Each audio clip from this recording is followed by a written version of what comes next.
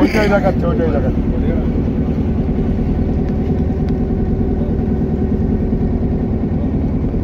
যত সাংসদ আছে সব থেকে ভালো হচ্ছে আপনাকে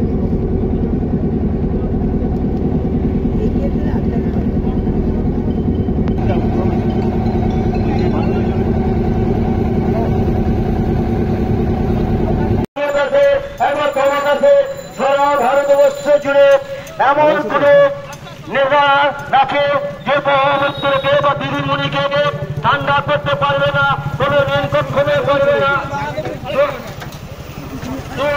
আশীর্বাদ করে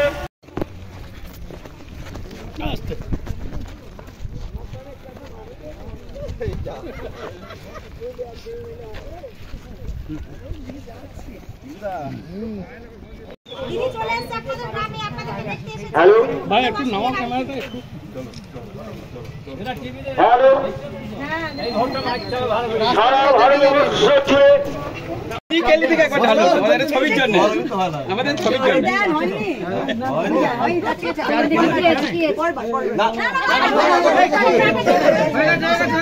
নিজেই করে দেবে।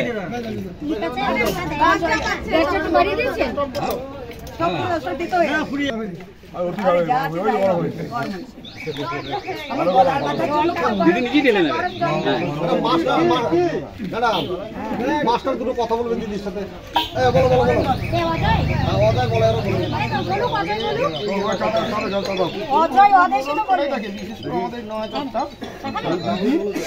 ম্যাডাম আর রিঙ্কু ভাই দুজনের উপরে টোটালটাই মানে দেখাশোনা এরাই করে, দুজনের উপরে নির্ভর করে এই ভোটটা এত ভালো হয়। টোটালটা নবসূত্র গ্রাম এখানে, তবুও এই গত পঞ্চায়েত সিটে জিতেছে এবং এবারও প্রতি ভোটে লিড 100 থেকে। বাড়ির থেকে বেরিয়ে এসে আশীর্বাদ করুন। বলছি এই এলাকায় এর আগের বারও প্রচারে এসেছিলেন, এবার প্রচারে এলেন, মানুষের দাবিটা কি, চাহিদাটা কি আছে? এখানকার যেটা আগে খুবই যোগাযোগ বিচ্ছিন্ন ছিল, চরকুন্ডি পাড়ার মতো ছিল, তো এবার দেশে দেখছেন যে মোটামুটি মেন রাস্তাগুলো হয়ে গেছে। আর যেটা বাকি আছে ওটা পঞ্চায়েত সমিতিতে দেওয়া আছে। এখানে জলের ব্যবস্থা হয়েছে, আমাদের জেলা পরিষদ থেকে আমাদের এখানে জলের ব্যবস্থা হয়েছে, সজলধারা হয়েছে, আমাদের টয়লেট হয়েছে, আপনি দেখতে পাচ্ছেন স্কুলে যেটা হয়েছে, যেটা বেসিক নিডস ছিল, জনসংযোগ যেটা মেন জিনিস সেটাই এখন হয়েছে। আর দুটো ছোট রাস্তা আছে, একটা পঞ্চায়েত থেকে একটা পঞ্চায়েত সমিতি থেকে অলরেডি ধরার হয়েছে। হ্যাঁ, রাস্তার দাবি করছে, বলছে যে ম্যাডাম আর কি মনে হচ্ছে এই যে বিজেপির যে একটা অপপ্রচার, এই অপপ্রচারের বিরুদ্ধে কি হাতিয়ার করলেন? আমার কোনো হাতিয়ার দরকার নেই, কারণ আমি তো 5 বছর নাকে তেল দিয়ে ঘুমোইনি। আমি 5 বছর আমার 82টা অঞ্চল আছে, 1841টা বুথ আছে, আমার প্রত্যেকটা বুথে একাধিকবার ঘোরা হয়ে গেছে। তাই আমার কে কি প্রচার করলো আমার জানা আছে না, আমি আমার পজিটিভ বারবার ইডি তলব করছে, ইডিকে আপনার আসলে বিজেপির কাছে আমি ওরা আমার প্রতি এত আকর্ষিত, ওরা বারবার আমার কাছে আসে, তাই আমার খুব ভালো লাগে। সেদিন সিবিআই এসে খালি হাতে ঘুরে গেছে, আবার ইডি আসবে, সবে তো শুরু, ইডি আসবে, আইটি আসবে, প্রধানমন্ত্রী একবার এলেন, অমিত শাহ আসবে, কত নেতা মন্ত্রী আসবেন। আমি তো বলি